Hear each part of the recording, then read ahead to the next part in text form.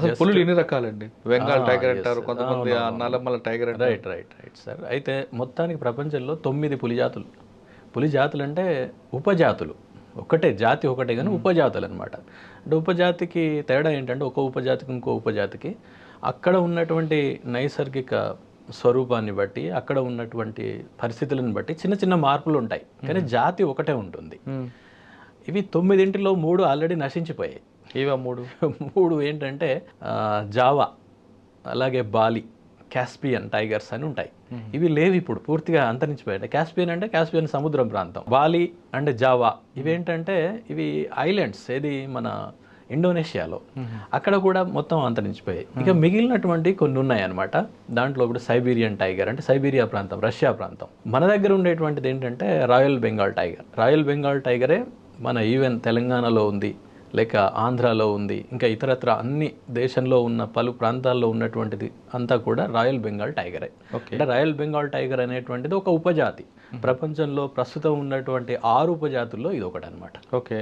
అంటే మీరు ఇప్పుడు 9లో 5 చెప్పారు, ఇంకా 4? అవి అంటే 3 అంతరించిపోయి ఇంకా 6 ఉన్నాయి. 6లో royal Bengal tiger, Siberian tiger, అలాగే ఇండో చైనీస్ ఏరియాలో ఒకటి ఉంటుంది. అంటే నేను మొత్తం వాటి గురించి, అలాగే ఒకటి ఈ లావోస్, కాంబోడియా ఈ ప్రాంతంలో ఉండేటువంటిది ఒకటి ఉంటుంది. ఇలా సుమత్రా భారతదేశంలో ఉన్నది మాత్రం రాయల్ బెంగాల్ టైగర్. మన దగ్గర ఉండేటువంటిది మాత్రం ఒకటే. కానీ ఒక దగ్గర తెల్ల పులులు కనిపిస్తే మరో దగ్గర కలర్ఫుల్ కనిపిస్తుంది. యాక్చువల్గా ఏంటంటే సార్, కరెక్ట్గా అడిగారు. ఇప్పుడు సహజంగా ఉండేటువంటి పులి ఏంటంటే అది నల్లటి తెల్లటి స్ట్రైప్స్ దానిపైన ఉంటాయి. అయితే దానికి ఉన్నటువంటి వెంట్రుకలు అంటే ఫర్ అంటాను దాన్ని, FUR ఫర్. ఆ ఫర్ అనేటువంటిది షార్ట్ హెయిర్ అన్నట్టు. ఆ షార్ట్ హెయిర్ యొక్క రంగు ఏంటంటే గోల్డెన్ ఆరెంజ్ రంగు, అంటే లైట్ ఎల్లో మనం అనుకుంటాం, ఎల్లో కొంచెం అలా ఉంటుంది. ఆ ఫర్ మొత్తం వ్యాపించి ఉంటుంది దాని యొక్క చర్మం మీద. అయితే క్రింది వైపు ఏముంది దానికి, యాక్చువల్గా తెలుపు నలుపు గీతలు ఉన్నాయి. నలుపు గీతల దగ్గర మనకు నలుపు కనిపిస్తుంది, తెలుపు గీతల దగ్గర ఈ ఎల్లో డామినేట్ చేసి ఎల్లో కలర్ మనకు కనిపిస్తుంది. అట్లా అనమాట. అంటే దానికి ఉన్నటువంటిది కలర్ ఎల్లో ఫర్ మొత్తం వ్యాపించి ఉంటుంది. అలాగే నలుపు గీతలు, వీటిని ఏమంటారంటే ఈ ఎల్లో రంగులో ఉన్నటువంటి చార, అలాగే నలుపుగా ఉన్నటువంటి చార, వీటిని స్ట్రైప్స్ అంటారు. స్ట్రైప్స్ నేను గతంలో కూడా చెప్పాను ఇది. ఈ స్ట్రైప్స్ ఏంటంటే యూనిక్ అనమాట. ఒక పులికి ఒకే రకంగా ఉంటుంది అది, అంతే. అంటే మనకి ఏ విధంగానైతే ఫింగర్ ప్రింట్ ఎలాగో దానికి అలా. వాటిని ఏం చేస్తామంటే జనరల్గా మేము కెమెరా ట్రాపింగ్ చేస్తారు ఫారెస్ట్ వాళ్ళు. కెమెరా ట్రాప్స్ పెడతారు అడవిలో. పెట్టినప్పుడు అది దాని ముందు నుంచి అది ప్రయాణం చేస్తే, అంటే ఎక్కడైతే అది తిరిగే ప్రాంతం ఉందో అక్కడే పెడతారు. వచ్చినప్పుడు అది ఫోటో తీస్తుంది. ఫోటో తీసి ఎడం వైపు కుడివైపు 2 ఫోటోలు తీస్తుంది అనమాట. తీసినప్పుడు అంటే రైట్ అండ్ లెఫ్ట్ ఫ్లాంక్స్ అంటాం, వాటిని బట్టి దాన్ని రికార్డ్ చేసేస్తారు. అలాంటిది ఇక మళ్ళీ ప్రపంచంలో ఆ స్ట్రైప్స్ ఉన్నటువంటిది యూనిక్గా ఇంకెక్కడ ఉండదు, ఇది ఒకటే ఉంటుంది. సో దాన్ని ఆధారం చేసుకొని మేము సెన్సస్ చేస్తాం. ఇప్పుడు టైగర్ సెన్సస్ ఉంటుంది, ఆల్ ఇండియా టైగర్ ఎస్టిమేషన్ అని. అది సంవత్సరం లేక 2 ఏళ్ళు 4 ఏళ్ళు ఇలా కొన్ని ప్రోటోకాల్స్ ఉంటాయి, దాని ప్రకారం చేస్తుంటారు అనమాట. సో ఇలా ఒక స్ట్రైప్ ప్యాటర్న్ వచ్చినటువంటిది ఒక టైగర్ కింద లెక్క. ఓకే. కానీ కొన్ని పులులు తెల్లగా కనిపిస్తాయి. తెల్లగా ఉండడానికి కారణం ఏంటంటే, ఇప్పుడు నేను ఇందాక మీకు చెప్పాను ఈ ఫర్ యొక్క రంగు ఎల్లోయిష్ అన్నాను కదా, ఆ ఎల్లోయిష్ వర్ణదం పిగ్మెంట్ అన్నట్టు. అది ఆ పిగ్మెంట్ కొన్నింటిలో లోపిస్తుంది. మ్యూటేషన్స్ అంటాం, మీరు వినే ఉంటారు, కొన్ని ఉత్పరివర్తనాలని కొన్ని జరుగుతుంటాయి, బయాలజికల్ ఫెనామినా. అది ఆ ఉత్పరివర్తనాల కారణంగా, ఆ మ్యూటేషన్ ఉత్పరివర్తనాల కారణంగా ఆ పిగ్మెంట్ లోపిస్తుంది. దాంట్లో లోపించేసరికి ఏముంటుంది, తెల్లగా కనిపిస్తుంది. ఎందుకంటే లోపించడానికి కారణం ఏంటి? ఇక దానికి ఎన్నో రీజన్స్. అది జన్యుపరమైనటువంటి విషయాలు అవి కొన్ని జరుగుతుంటాయి. అది అంటే జెనెటిక్స్ అదంతా కూడా. సో అట్లా జరిగినప్పుడు ఏమైందంటే, అది కలర్ లేదు కాబట్టి, కలర్లెస్ అంటే ఏంటి, వైట్. సో మొత్తం వైట్ ఫర్ ఉంటుంది దాని మీద.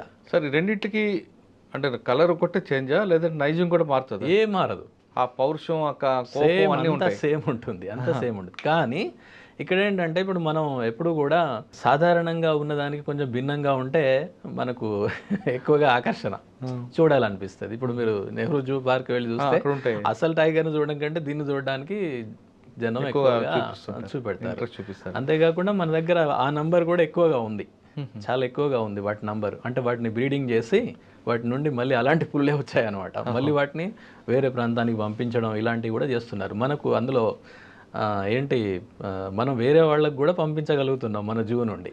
పులి ఉత్పత్తి మనం పెరుగుతున్నాం. అంటే ఈ సంతానోత్పత్తి. ఏంటి మీరు చెప్పిన ఇందాక తెల్ల టైగర్లకు సంబంధించి. సార్ పులి దానికి సిగ్గు ఎక్కువ అంటారు. అంటే సిగ్గు ఎక్కువ అని కాదు సార్, అదేంటంటే దాని నేచర్ సీక్రెటివ్ యానిమల్. అది చాలా సీక్రెటివ్ యానిమల్ అనమాట మిగతా వాటి అన్నిటితో పోలిస్తే. ఏవైనా వన్యప్రాణులన్నీ కూడా షై యానిమల్స్ ఎప్పుడు కూడా, అంటే మనుషులతోటి ఉండవు అవి. అవి ఉండేది అడవిలో మనుషులు ఉండరు. అవి వాటికి సహజమైనటువంటిది. ఇది కూడా ఏంటంటే యాక్చువల్గా అది డెన్స్ జంగిల్ యానిమల్ అనమాట, అంటే దట్టమైన అడవుల్లో ఉండేటువంటి యానిమల్ అది. సో దానికి సహజంగానే అది నిగూఢంగా ఉండేటువంటి లక్షణం కారణంగా అది దూరం ఉంటుంది. కాబట్టి దాన్ని మనం ఏదో సిగ్గని అనుకుంటాం. సిగ్గుపడడం అలాంటిది అలా అని కాదు. దాన్ని జైవికంగా చూసినప్పుడు, అంటే జైవికంగా బయాలజికల్గా చూసినప్పుడు అది సీక్రెటివ్ యానిమల్, చాలా సీక్రెట్గా ఉంటుంది. అందుకనే నేను గతంలో కూడా చెప్పాను, అది మనం దాన్ని చూడడానికి వెళ్ళినప్పుడు అది ఎప్పుడో చూసేసి రిట్రీట్ అయ్యి వెళ్ళిపోతుంటాయి. జనరల్గా వెనక నుంచి వెనకే వెళ్ళిపోతాయి. ఎందుకంటే because of it's secretive nature, దానికి ఉన్నటువంటిది అది. ఓకే, అట్లా అనమాట. సార్ పులి మేటింగ్ ఎప్పుడు చేస్తుంటుంది? అంటే అది జనరల్గా ఎప్పుడూ ఉంటుంది. దానికి ఇలా సంవత్సరానికి ఎన్నిసార్లు ఎంతైనా ఉండొచ్చు. అది దీనికి ఖచ్చితంగా ఇంత అని దాని గురించి పెద్ద అధ్యయనాలు అంటే ఇదే టైం అని నిర్ణయించలేదు ఎక్కడ కూడా. జనరల్గా ఇయర్లీ మొత్తం సంవత్సరం పొడవునా ఎప్పుడైనా జరగవచ్చు. పిల్లలు వచ్చిన తర్వాత పిల్లలకి రావడానికి ఎంత టైం పడుతుంది మేటింగ్ అయిన తర్వాత? దాని గర్భావధి కాలం అదంతా 110 days వరకు ఉంటుంది. 110 daysలో పిల్లలు వచ్చేస్తాయి. పిల్లలు ఎన్ని రావచ్చండి? మ్యాక్సిమం మనం 4 నుంచి 6, 2, 4, 6 ఇలా అంతే మ్యాక్సిమం అనమాట. 6, 5, 6 అనేది చాలా ఎక్కువ. ఓకే, 5 వరకు నేను విన్నాను. సరే 5 అనుకుందామండి.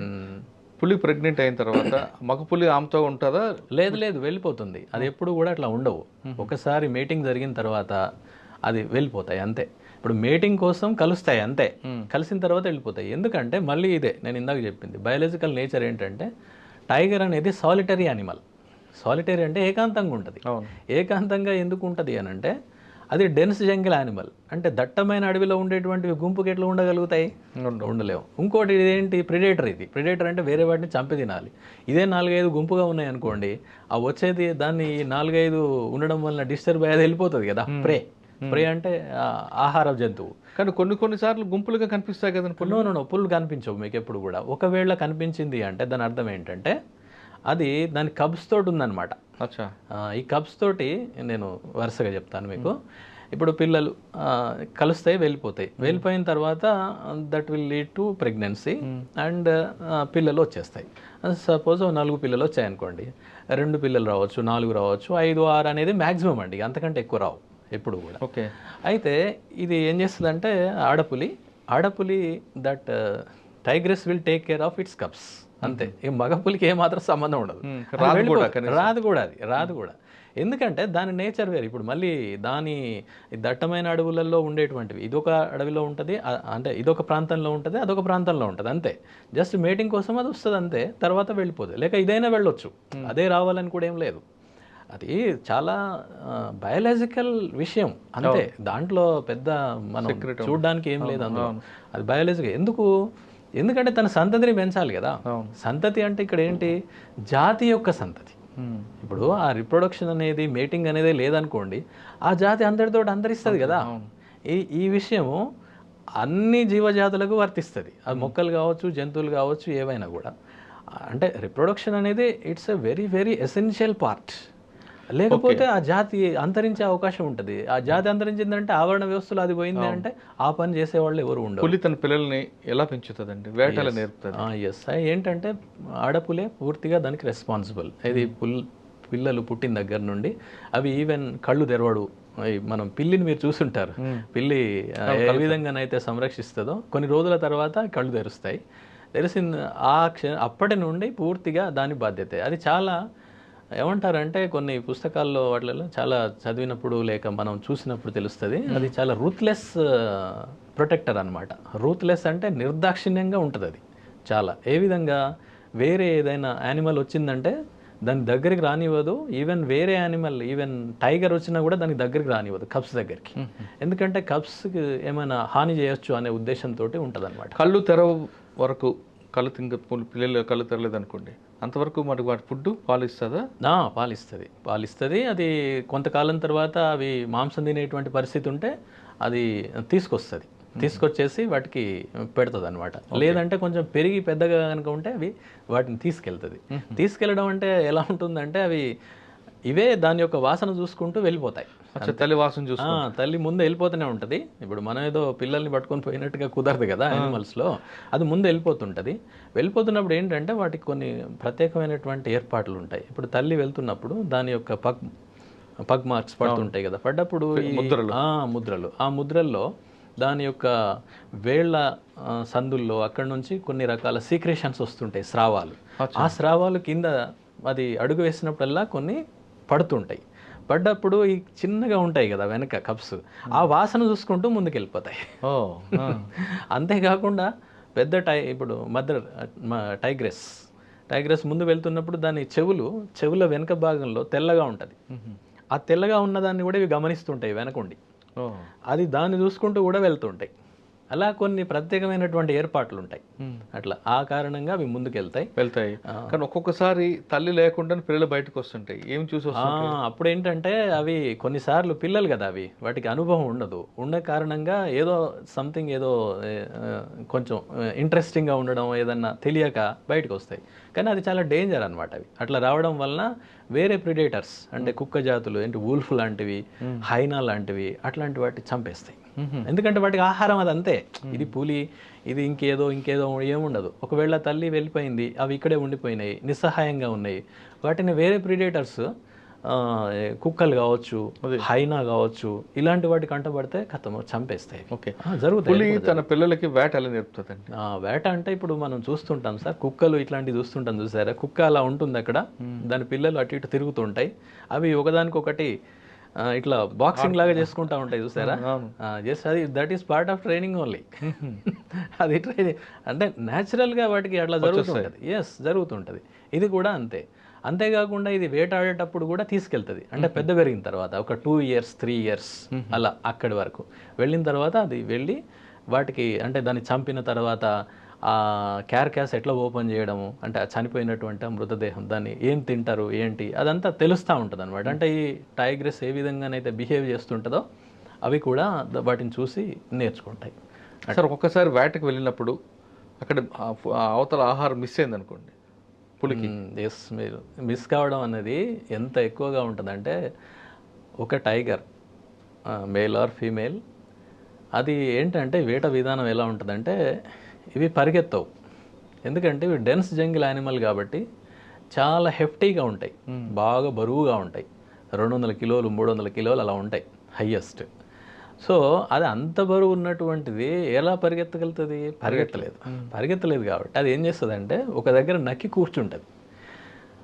కూర్చొని అంటే ఎక్కడికైతే ఈ వన్యప్రాణులు ఏది ముఖ్యంగా ఈ శాకాహార జంతువులు వస్తాయో ఆ ప్రాంతాల్లో అది ఉంటుంది, కూర్చొని ఉంటుంది. అది రాగానే టక్న దూకి పట్టేస్తుంది. ఒకవేళ దొరకలేదనుకోండి కొంత దూరం ఒక 50 meters 100 meters అంటే ఫ్యూ మీటర్స్ పరిగెత్తిద్ది, అంతకంటే ఎక్కువ అది పరిగెత్తలేదు. అది వెంటనే ఇట్ విల్ కమ్ బ్యాక్ అంతే. ఇలా అంటే అధ్యయనాల్లో తేలిన విషయాలు ఏంటంటే 20 attempts చేస్తే 1-2 సార్లు మాత్రం సక్సెస్ అవుతుంది, అంతే. కానీ కొన్ని పులులు చెట్లు ఎక్కుతాయి కదండి. పులులు ఎక్కవు సార్, జనరల్గా చిరుత పులులు ఎక్కుతాయి. చిరుత పులులు ఏంటంటే సన్నగా ఉంటాయి, స్లెండర్గా ఉంటాయి, అవి వేగంగా వెళ్ళగలిగేటువంటి శారీరకంగా అనువుగా ఉంటుంది అనమాట. దానికి అంటే శరీర సౌష్ఠవం పరిగెత్తడానికి అనుకూలంగా ఉంటుంది. కానీ టైగర్ విషయంలో అలా కాదు కాబట్టి అది ఎక్కదు. ఒకవేళ ఎక్కినా అది కొద్ది ఫ్యూ సెకండ్స్ కొంత దూరం పైకి ఎక్కేసి కిందికి వచ్చేస్తుంది. ఎందుకంటే వేటాడలో 20 సార్లు అయితే ఒకసారి దొరుకుతుంది, 1 లేక 2 సార్లు అంతే, మిగతా అన్ని ఫెయిల్యూరే. ఇవన్నీ కప్స్ నేర్చుకుంటాయా? నేర్చుకుంటాయి. వాటి క్రమంగా తెలుస్తుంటుంది వాటికి, ఎందుకంటే తల్లితోటి ఉంటాయి కాబట్టి నేర్చుకుంటాయి. అంతేకాదు ఇంకేంటంటే పిల్లల్లో కూడా ఇది ఒక 3 ఏళ్ళు 4 ఏళ్ళు అప్పటి వరకు తల్లే పెంచుతుంది పూర్తిగా. ఆహారం తీసుకొచ్చి పెట్టడము, ఈ ట్రైనింగ్ ఇవ్వడము, ఇలాంటివన్నీ జరుగుతూ ఉంటాయి. కానీ ఇక్కడ ఏంటంటే ఇవి కొన్ని నేను ఇందాక చెప్పాను కదా, ఇందులో కూడా కొన్ని చనిపోతాయి. చనిపోవడానికి కారణం ఇతర ప్రిడేటర్స్ లేక డిసీజెస్ కూడా కావచ్చు. ఇప్పుడు మనం అంటేనేమో మనకు అన్ని రకాల మెడికల్ ఫెసిలిటీస్ ఉంటాయి, ఏది జరిగినా కూడా వెంటనే, వాటికి ఏమి ఉండవు కదా, న్యాచురల్గా ఉన్నటువంటివి కాబట్టి. అది ఏ యానిమల్ అయినా కావచ్చు, టైగర్ కూడా దానికి అతీతం ఏం కాదు. కొన్ని చనిపోతాయి, అవి మొదటి కొన్ని నెలల్లోనే 50% చనిపోతాయి. అచ్చా, 50% అంటే ఒక 4 ఉన్నాయనుకోండి, 1-2 చనిపోవచ్చు మొదటి కొన్ని నెలల్లోనే. తర్వాత ఆ తర్వాత 3-4 ఏళ్ళ చేరిన తర్వాత ఏంటంటే తప్పనిసరి తల్లిని వదిలిపెట్టి వెళ్ళిపోతాయి. ఎందుకంటే ప్రత్యేక జీవనం, తనదంటూ ఒక ప్రత్యేక జీవనం ఉంటుంది కదా, అలా దాన్ని వీనింగ్ అవే అంటారు అనమాట, వదిలేసి. ఎందుకు అంటే ముఖ్యంగా మగ పులులు ముందు తప్పనిసరి వదిలిపెట్టేసి వెళ్ళిపోతాయి. మగ పులులు ఎందుకు, మగపులి కూడా అక్కడే ఉంటే, మగపులికి మళ్ళీ మదర్ ఉంది కదా, వాటి మధ్యలో మళ్ళీ బ్రీడింగ్ జరగకుండా, జరిగితే ఏమవుతుంది మనం చూస్తున్నాం చూడండి, మేనరికాల కారణంగా చాలా రకరకాల అబ్నార్మాలిటీస్, జెనెటిక్ ఇష్యూస్ వస్తున్నాయి చాలా వరకు మన లోపల, ఏంటి దగ్గరి బంధువుల మధ్యలో. అయితే నేచర్లో ఇది ఉందన్నమాట. టైగర్ విషయంలో అది చేస్తుంది. ఎలా అంటే తల్లి వీటిని బయటికి పంపించేస్తుంది, ముఖ్యంగా మగపులులు అవి బయటికి వెళ్ళిపోతాయి, పూర్తిగా బయటికి వెళ్ళిపోయి తన టెరిటరీ తన ఏర్పాటు చేసుకోవడానికి దూరంగా వెళ్ళిపోతాయి. దానికి ప్రధానమైనటువంటి కారణం ఏంటంటే ఇన్బ్రీడింగ్ని అవాయిడ్ చేయడం, ఏంటి అంతఃక ప్రజననం లోపల ఉన్నటువంటిది, అంటే విదిన్ కుటుంబం అక్కడ ప్రజననం కనుక జరిగితే, అక్కడ ప్రత్యుత్పత్తి కనుక జరిగితే దాని నుండి వచ్చేటువంటి సంతానం చాలా వీక్గా ఉండే అవకాశం ఉంటుంది, జెనెటిక్ డిజార్డర్స్ ఉంటాయి. కాబట్టి దాన్ని అవాయిడ్ చేయడం కోసం నేచర్లో ఇలాంటి ఆల్రెడీ ఇన్బిల్ట్గా ఉంటాయి, వాటికి సహజాతాలు అనమాట, ఇవన్నీ ఇన్స్టింక్ట్స్ అంటే. తల్లి పంపిస్తుందా, దీనికి ఆ లక్షణం ఉంటుంది, తల్లి కూడా పంపించేస్తుంది, సో వెళ్ళిపోతాయి. ఆడపులు అయితే మాత్రం ఆడపులులు కొంతకాలం ఉంటాయి, ఉండి తల్లి యొక్క టెరిటరీలో కొంత భాగాన్ని ఒకవేళ షేర్ చేసుకుంటే చేసుకోవచ్చు, కానీ అవి కూడా వెళ్ళిపోతాయి. కానీ ముఖ్యంగా మగపులులు మాత్రం దగ్గరలో అసలే ఉండవు. ఓకే, బయటికి వెళ్ళిన తర్వాత ఒకే తల్లి కడుపుడు పుట్టిన ఆడపులి మగపులి కలిసే అవకాశం ఉంటాయి అంటే జరిగే ఛాన్సెస్ ఉంటాయి. కానీ ఇప్పుడు ఏమవుతుంది, నేను ఇందాక చెప్పినట్టు మగపులి చాలా దూరంగా వెళ్ళిపోతున్నాయి కదా, కాబట్టి తగ్గుతాయి, అలా తగ్గేటువంటి అవకాశం ఉంది. ఓకే, తన పెట్టిన పిల్లల్లో 4 పిల్లలు పెట్టింది అనుకోండి పులి, ఒక 2 చనిపోయాయి అనుకోండి, అవి తీసుకెళ్ళి పాతడం అలా చేస్తుంటుందా, ఫీల్ అవుతుంటుందా ఏమన్నా? లేదండి, ఏం లేదు, న్యాచురల్గా చనిపోతాయి అంతే, ఏం లేదు. తల్లి లేదు అలాంటిది ఏమి ఉండదు, నేచర్లో ఏదో ఉండదు. అంటే కొన్ని కుక్కలు మీరు అన్నారు కదా, కుక్కలు అయితే కొంచెం బాధపడి తీసుకెళ్ళడం. లేదు సార్, ఏవైనా చేయవు, ఏవి కూడా ఏం చేయవు, మనుషులే చేస్తాం అంతే. మనకు ఇక రకరకాల సంస్కృతులు లైక్ విశ్వాసాలు అలాంటి కాకుండా ఫీలింగ్స్ ఉంటాయా?